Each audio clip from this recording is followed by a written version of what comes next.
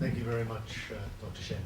And we move straight on now to Professor Natthanan Kunnamas from Chulalongkorn University, Thailand. Natthanan. Thank you. Thank you, our chair. These 2 days we are going to talk about the Normative Power Europe, in which we were focusing for the last 2 years under the Global Europe Center of University of Kent. And well, we got the very huge intervening variable, which is the Brexit coming up, in which adding more flavors in this project. And Europe in post-Brexit, the end of Normative Power Europe, in 6 minutes. And well, talking about Brexit, also a very long story for everyone.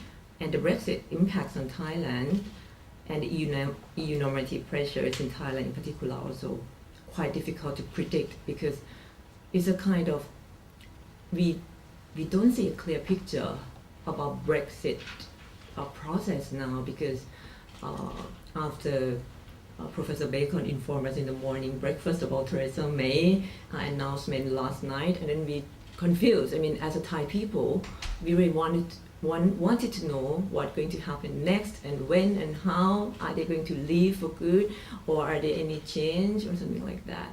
So it's quite difficult for us to predict as well. However, starting from Brexit, I'm thinking about, we just had a conference in European Studies in Taiwan, and I found the speech from the EU representative quite interesting about the 3 philosophical things.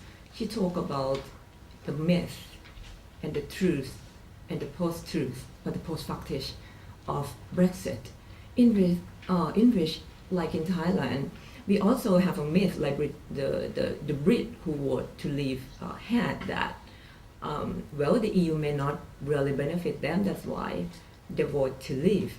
And they thought that, even among the Thai conservative people, they thought that Britain could play more globalized role outside the EU rather than limited themselves in the regional roles. So heightened with the refugee crisis, heightened with the Eurozone crisis, the Greece issue.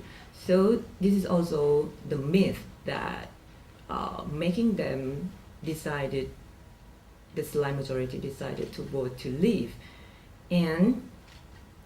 And then it's come to the truth. And I'm not sure whether it's the truth yet after May's speech last night, because the truth is Britain was to leave, but after, I think it's after 2020. But there's also the post-truth or post-factish again, that, well, Brexit means Brexit, or Brexit doesn't mean Brexit, because there is still certain people that hope that Britain could still stay, and hope that with the change of the government, with the put on vote in the House of Commons and House of Lords, maybe something would miraculously change the thing. So it's quite unclear picture, in which influence a lot, in terms of how Thai going to proceed in reference to Brexit thing. And the thing is about Thailand impact, maybe like in the case of in the case of South Korea, because we got a very small trade volume with Britain and also with the EU. It will hurt our exports if Brexit happens, because we're going to have like a separate tariff scheme, the EU scheme and the WTO scheme. The UK were to leave and side with the WTO rate of tariff. However, I found the interesting thing about how Brexit impacts us is that in Thailand, over a decade, we are a divided society, if you're following the news, right? So we are divided society between the pro-democracy and pro-establishment.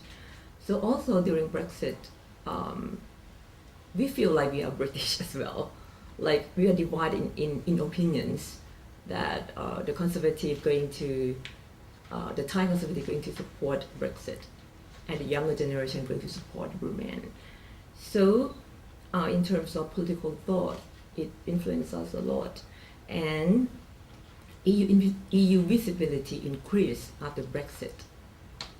10 years ago, no one not actually knows how much money we got from the EU to help develop our countries. But after Brexit, they start to know, oh, the EU did a lot. Like the Brit found out that, oh, the EU paid a lot, but we never know because our Westminster people didn't tell us, right? So this is the idea that were interesting, that very identical between the Thai and the British in terms of our Brexit case.